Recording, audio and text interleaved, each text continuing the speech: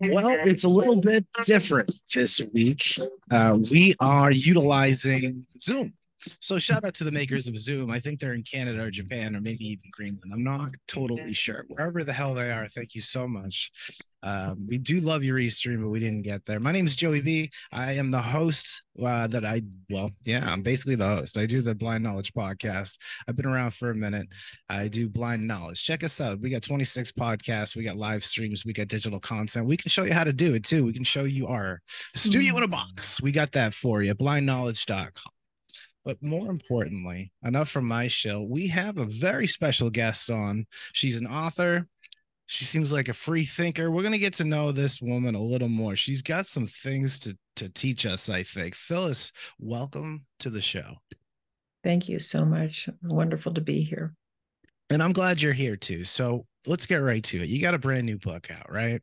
Right. All right. America in Therapy. What's the book about and where did the inspiration come from? Yeah. And let me just say, it isn't in print yet. I have a publisher and I'm hoping that it will be out. So we got the inside scoop by next on that. spring. Okay. I'm sorry? We got the inside scoop on this. You got the inside scoop for That's sure. pretty cool. So what's going on with this book? Okay. So I have been a psychotherapist for way over 30 years. And I have so much experience working with what drives people, what hurts people, what helps people, what helps us thrive. And one of the big contributions of psychotherapy over the last, I don't know, 30, 40 years, perhaps, and maybe it's a little longer, is the introduction of the whole idea of family systems and family therapy. And that was a big move in the world of psychotherapy and psychology from a looking at an individual as sort of like what's wrong with them, what are their complexes, what are their neuroses, what's wrong with them as an individual. And the whole idea of family systems theory and family therapy blew that out of the water. And we've come to understand that we are so much a product of the family systems that we're a part of, that condition us, that teach us what to believe, how to behave, what the role models are for men and women, how you deal with conflict. The list goes on and on. Well, I mean, that's where we learn, right? That's where we learn and grow, literally. Yeah. Literally. And so our family conditioning has a lot to do with who we become in the world and how we cope and how we see the world and what we expect from ourselves and others. And we also have realized that the family system is actually bigger than the family that you're born into. A workplace is a family system. A place of worship is a family system. A business, a government agency. And because we play out the roles that we kind of learned in our family, one person learns kind of to be the good girl or the rebel, or the one who disappears and nobody sees them. Or people kind of slide into roles. Do you find that happens in all really family dynamics? Yes. Wow. Yes. And part of it's nature and part of it's nurture. And, because I think people do come in with an individual nature. We're not just a product of our conditioning. You can have two people in the same family who end up playing very different roles in that family. And part of that is because of the conditioning in the family, but I think part of that is in our individual nature. But what we can do something about is nurture. I may be born, a quieter person or a more outspoken, gregarious person by nature, but I can learn to be respectful of others. I can learn to have good boundaries. I can learn. Is that psychology, right? That's your inner spirit, your inner self learning and teaching and adapting itself how to be better. Totally. And how to be functional in a world where we have to get along with other people in order to survive in some way. Yeah, it comes in handy. That's for sure. And there's so many of us. Yeah, we're bound to intertwine and interlink, especially depending on the industry we're in, for sure. Right.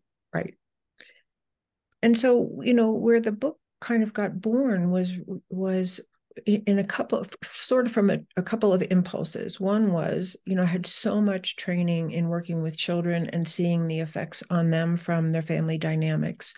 And in my early years of being a psychotherapist, I worked quite a lot with children, and the vast majority of children that I saw were coming to therapy because they were having symptoms that were a result of conflictual divorce situations among their This parents. is interesting because I started therapy as a small child, about 4, 5 years old, when my parents Wow. divorced. That's when I started this whole ordeal. I guess it's not an ordeal. That's negative. It's like a journey, or just it's a Yeah. discovery, and I'm still in it.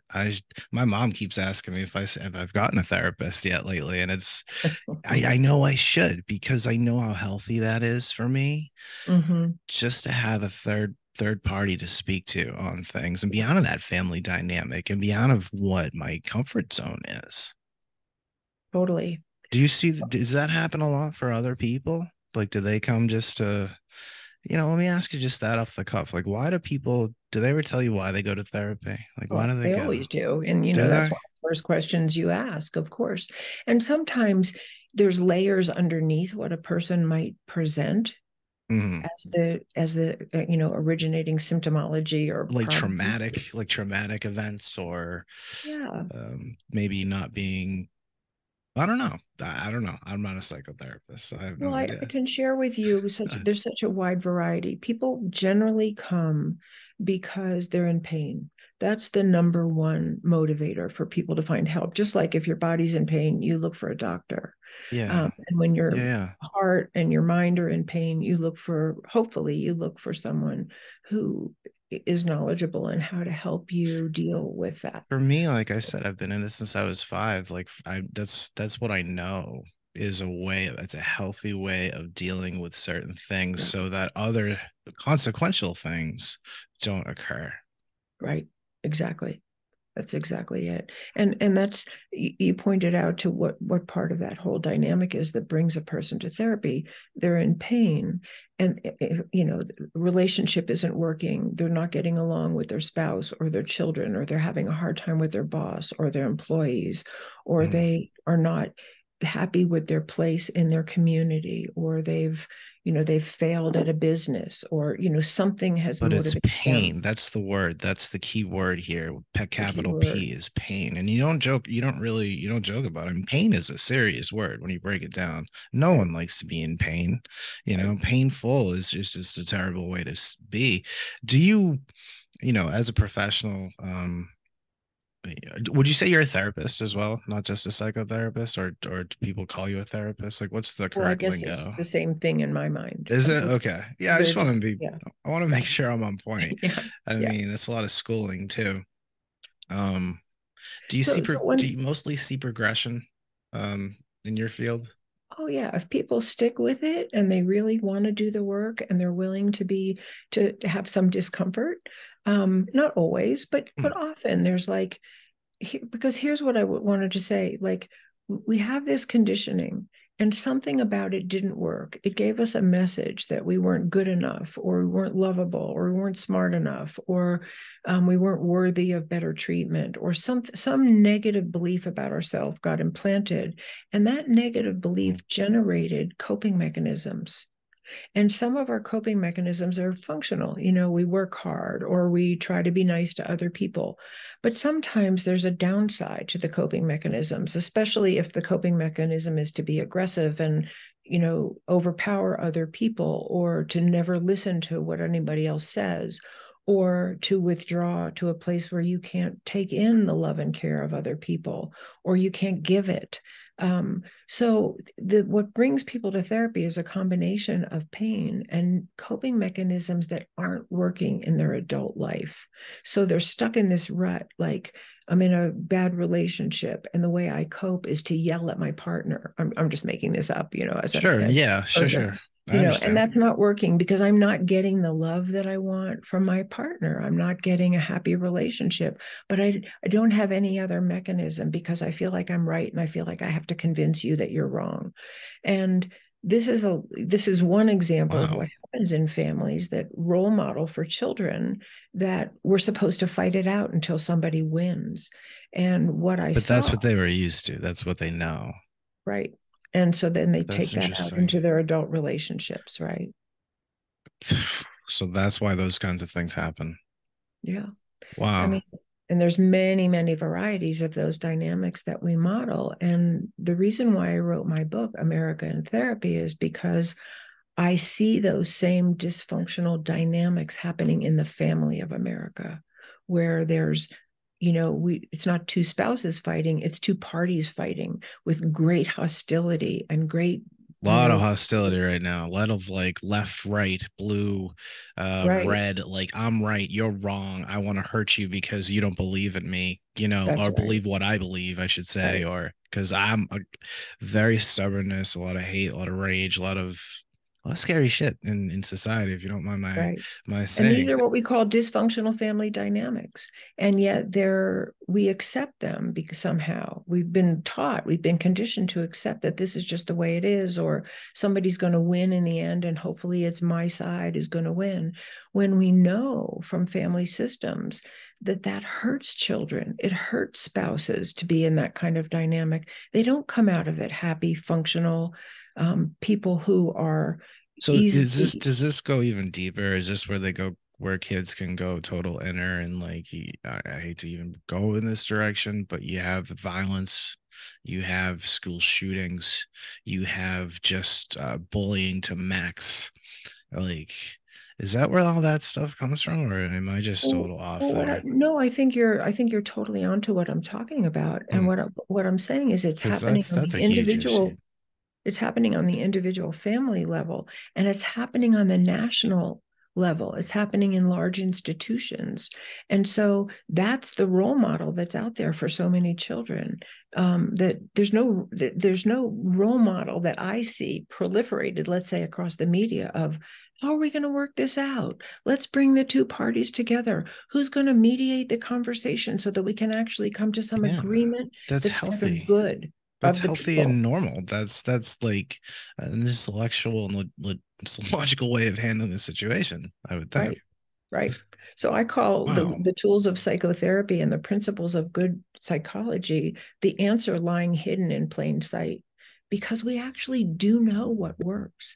And there's also psychological reasons why, on the largest levels of society, we're not using those principles.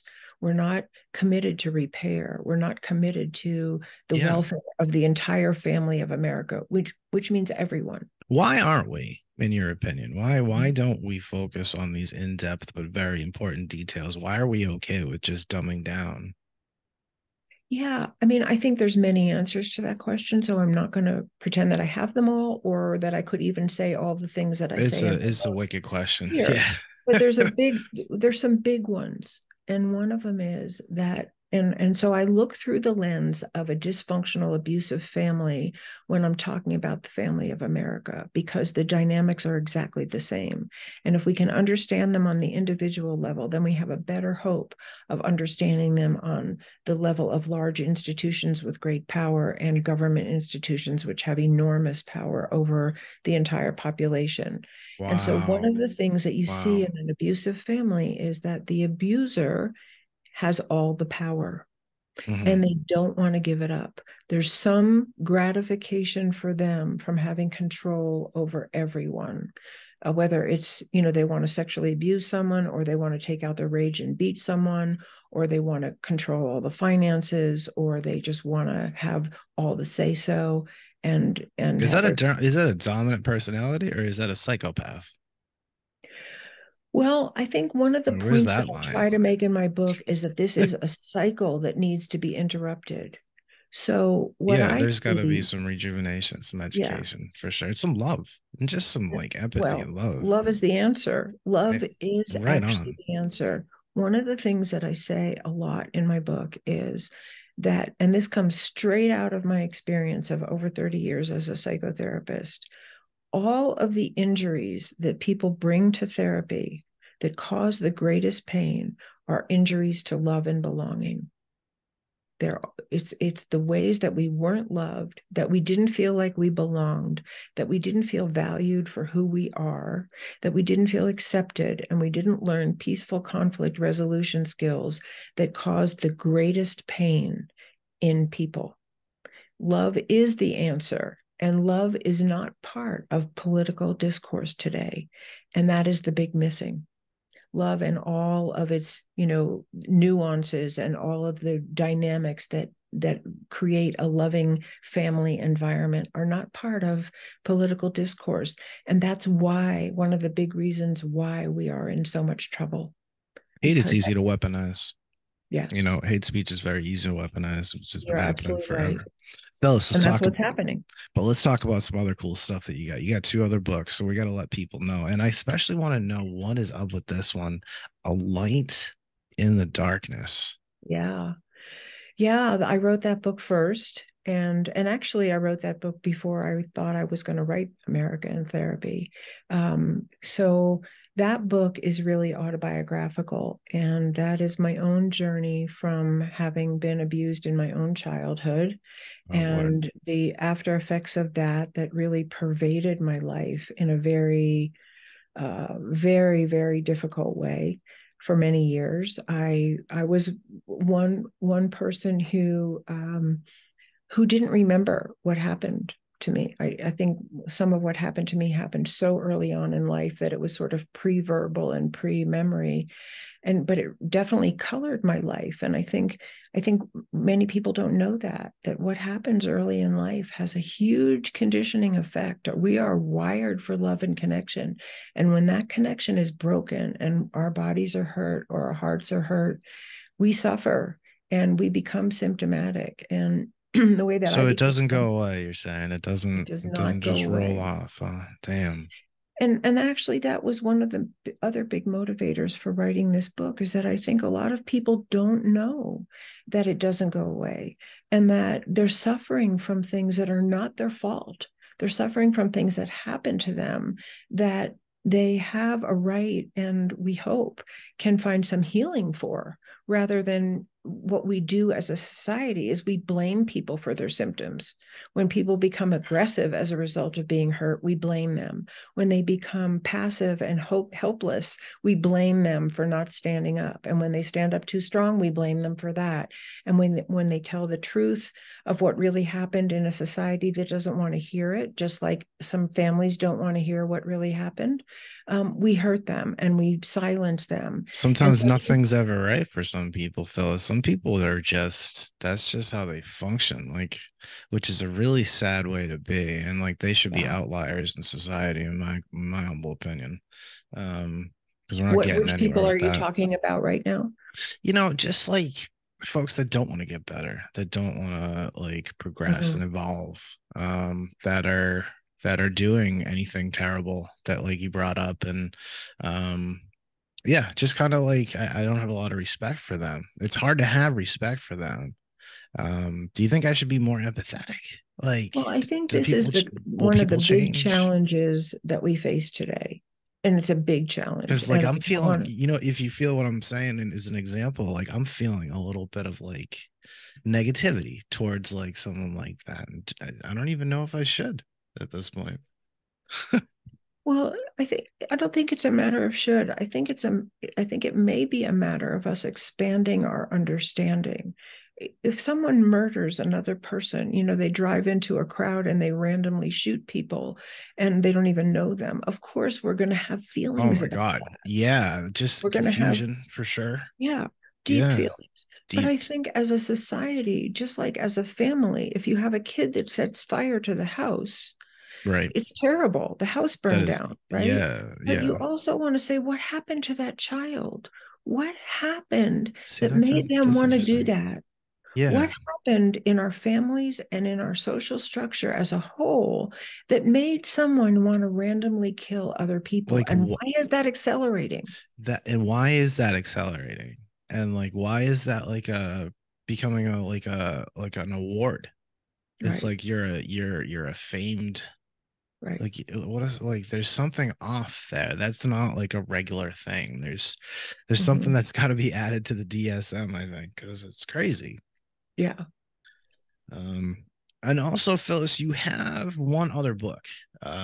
This one I don't have the link called to. Into the Fire. Yeah, what's up with this? What are And we that was a burning? continuation of A Light in the Darkness. Those two books are very autobiographical, and they are really about the spiritual journey that I made in as part of my recovery from what happened to me in my childhood that was such a mystery to me and that had caused me so much pain and so much distress until I began to really uncover what had happened. And then I had like a hope of healing, and I really was on a path of healing. And part of that was a reclamation of, I call it a spiritual journey. I think another way of saying it, because we all have such different ideas of what spiritual is, reconnecting to your essential self. And I would say that. And I think the best therapy does that too. I've worked with some people who have Phyllis, had I hate therapy, but I you know I hate need it. therapy. I hate it. I hate Tell me having to why. go. I don't know why. I never look forward to it. I know it helps. I know it's cool afterwards. I hate going. I hate having But say to more go. about that, because I think that's such a valuable thing to share with people. Yeah, Because I would rather talk to a random screen on YouTube and just random people that I don't know than have to think about what I'm going to say to a therapist in that 40 to 50 minutes of time and how that's going to go. That's my anxiety just rolling right so there. do you fear being judged, or do you fear being vulnerable? Are you afraid you're going to uncover something that's going to be uncomfortable? What would you Yeah, that say one. Yeah, I that wouldn't. one? Think things will become uncovered. They can become uncomfortable. It can be vulnerable. It can be a Right, very vulnerable moment, and to be right. out of control. In a conversation like that where emotions kick in because old events kick in. It's like a spiritual experience sometimes. Sometimes it's like fucking hell, excuse my language, but Mm-hmm. sometimes it's just a regular Thursday. It's hard to explain. um but I honestly think everyone should go to therapy, Mm. because if I got to do it, everyone else should. No, I'm just kidding. um Well, let me just say but to you, it's I, crazy. I think it's It's very always helps. We'll say understandable that. what you. I'm sorry. Oh, I just wanted to add, it's always helped. Like it's a healthy thing. Mm-hmm. It's Mm-hmm. just to talk to somebody different sometimes Yeah, is even just cool. yeah. I think vulnerability is a very big issue, especially in our society, because we generally sort of like the image of someone who's invulnerable, somebody who's got it all together and they look fine and they're successful and they know what Yeah, to do, and the truth is most of us aren't really like that. so And true. So true. I try to carry right, myself like that on a live stream for sure. And right. dude, I just put this shirt on, like I or maybe my head's totally not in the game, but I still have to be in the game. Like we're all just wounded birds, it feels like. Yeah, yeah. And so, one of the beauties of good therapy, when it's good, is that you can go into those scary places with someone who's not judging you, with someone who has some idea of how to guide you through those places to, when I said the title of my first book was A Light in the Darkness, I really felt like I lived in a lot of darkness, and my inner work and my journey and the people that I worked with helped me find a crack in that darkness and to let some light in. And the pain that I went through, and sometimes therapy was not fun for me as well, was so worth it. It was so worth it. It's sort of like when you have a splinter, and you don't want to pull it out because you know it's going to hurt. But when you That's get it out, it's amazing, it's right? amazing, but you got to It's dig and get amazing. that thing out. Yeah. Yeah. And I feel Yeah. that for And our it's like country. some people say it's not masculine to do that, like Right. or whatever. Like I could care less. Like I think it's as alpha as it gets to speak your piece on something, and to Yeah. get that negative or even maybe positive energy out. It's Mm-hmm. just like you got to work out because it gets that sweat out. You got to have love and affection because that works that kind of part of your life and your Right. chemicals. And just like heart to heart conversation, I think is another like neuropath. I really do. Yeah.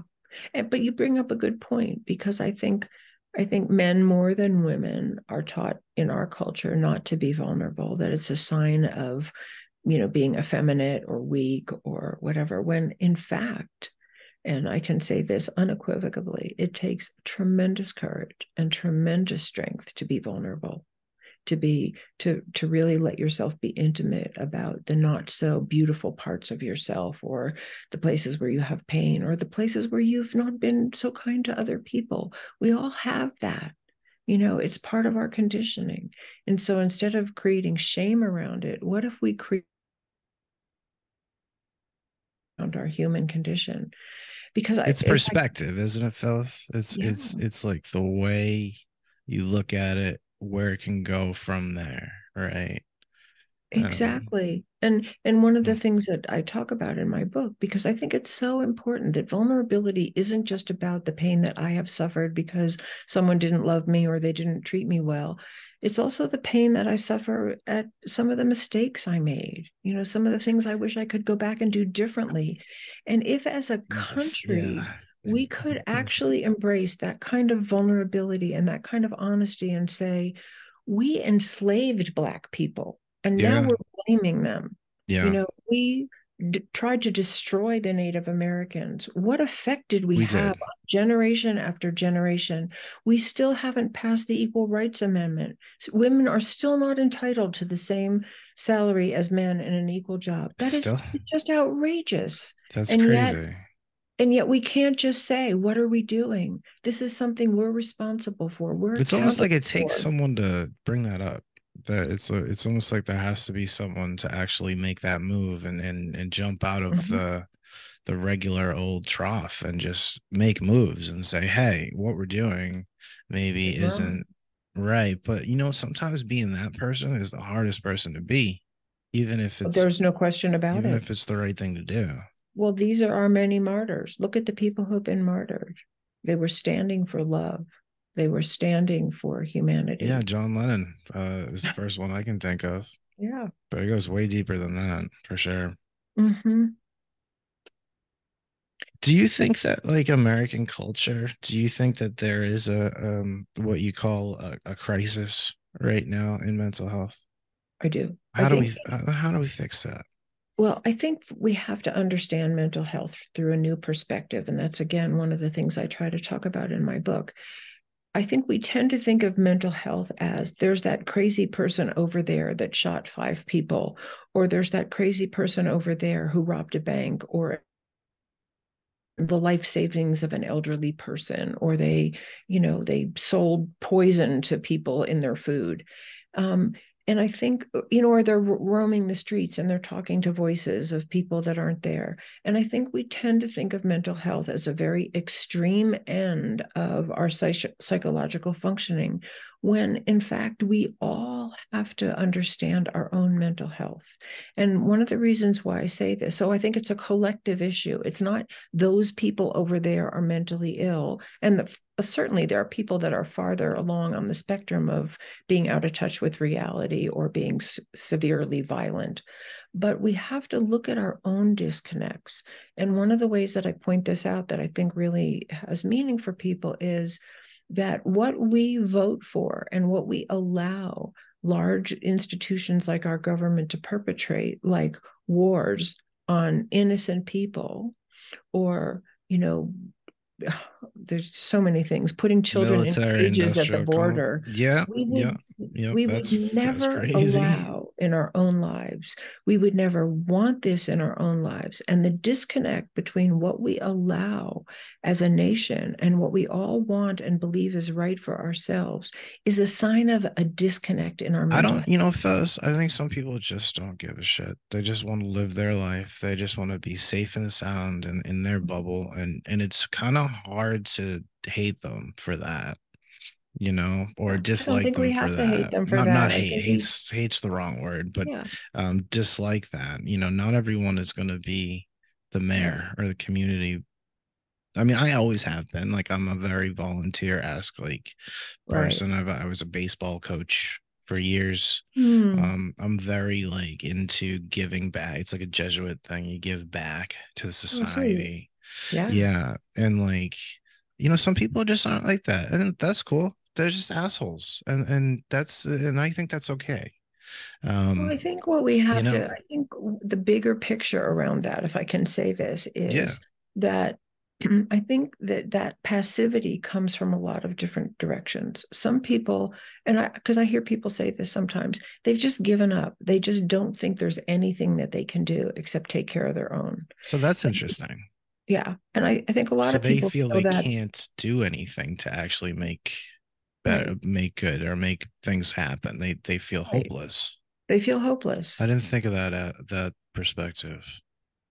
And I also think that so that's one perspective. And I think that's a big That's a perspective. shitty place to be, Phyllis. Yeah. It's a rough And place to I be. think our society, the way it's going, is breeding that because the more people feel overpowered, the more they feel like there's no justice for, the person at the bottom of the totem pole, the more they feel that the legal system is unfair to masses of people, for instance, Oh, straight to or that anarchy. opportunity is withheld from masses of people, or that the income differential is beyond repair.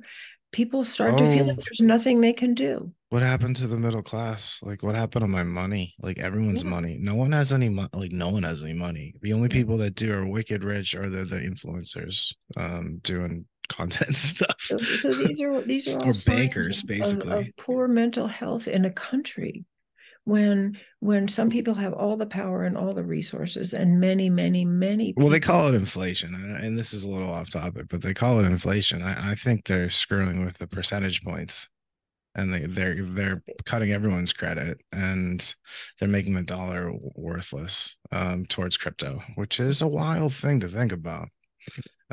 But that's way down the line. Phyllis, we Well, only have 3 minutes and 15 okay, seconds left. So I just want to get to sure. what we got to get to. Did you ever go to like Woodstock? I got to ask.